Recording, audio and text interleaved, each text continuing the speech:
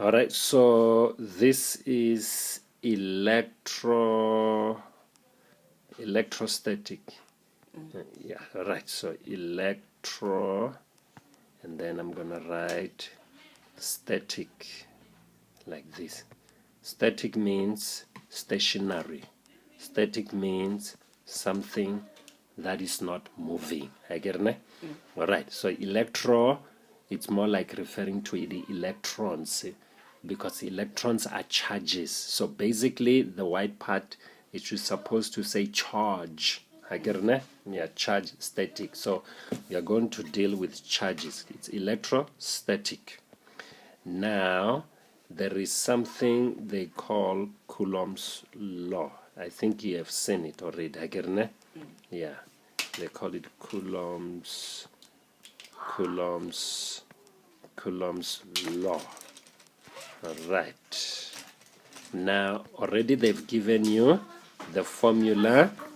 They are telling you the force of, I'm putting E there at the bottom to remind me the electrostatic force. It's given by, I think you are using K multiplied by Q number 1, Q1, and then Q2. Those are, they call them subscript. Subscript that and that. So divide that by the R squared. So this is one of the formula you'll be using. It's called Coulomb's law. So they ask you to state Coulomb's law.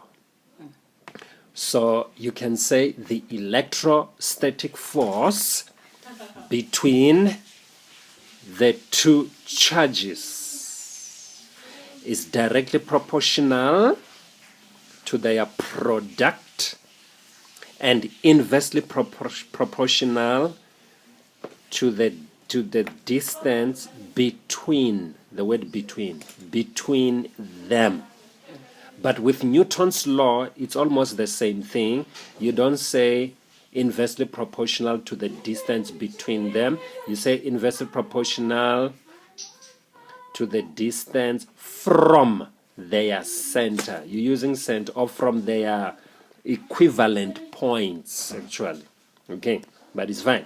This one, I just gave you that one. They ask you to state it. Sharp, ne?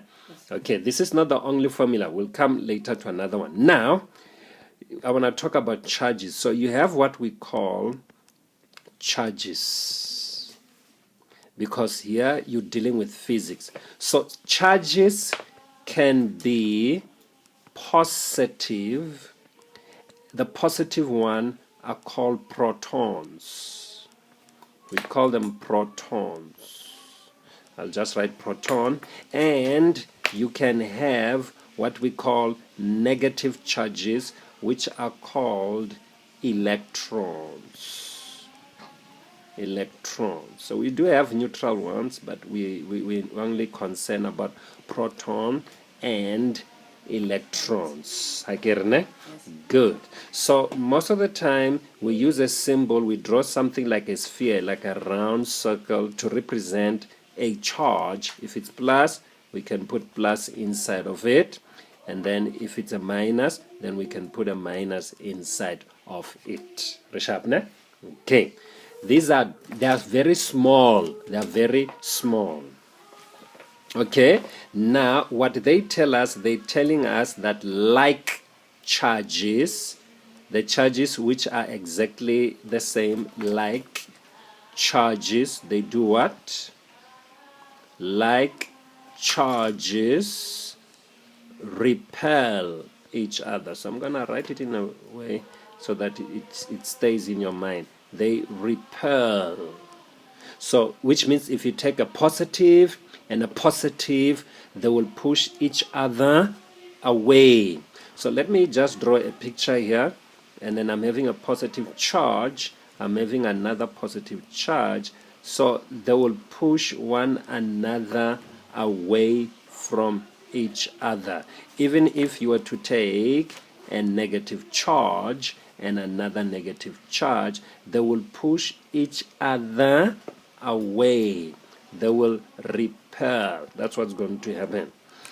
All right, then we now have also unlike charges. Then you have unlike charges. They attract each other. I think attract is double T, right? Yes. Okay, they attract each other. So which means if I have a positive and a negative, they will pull each other towards themselves. There we go. Can you see that? Yes. All right. So now, so far so good. Now we come back to the formula. The K in the formula, it is a constant. The K is given to be 9 multiplied by 10 to the power of 9. So Newton times meter squared per coulomb squared. It's a constant. So far so good. That's part 1.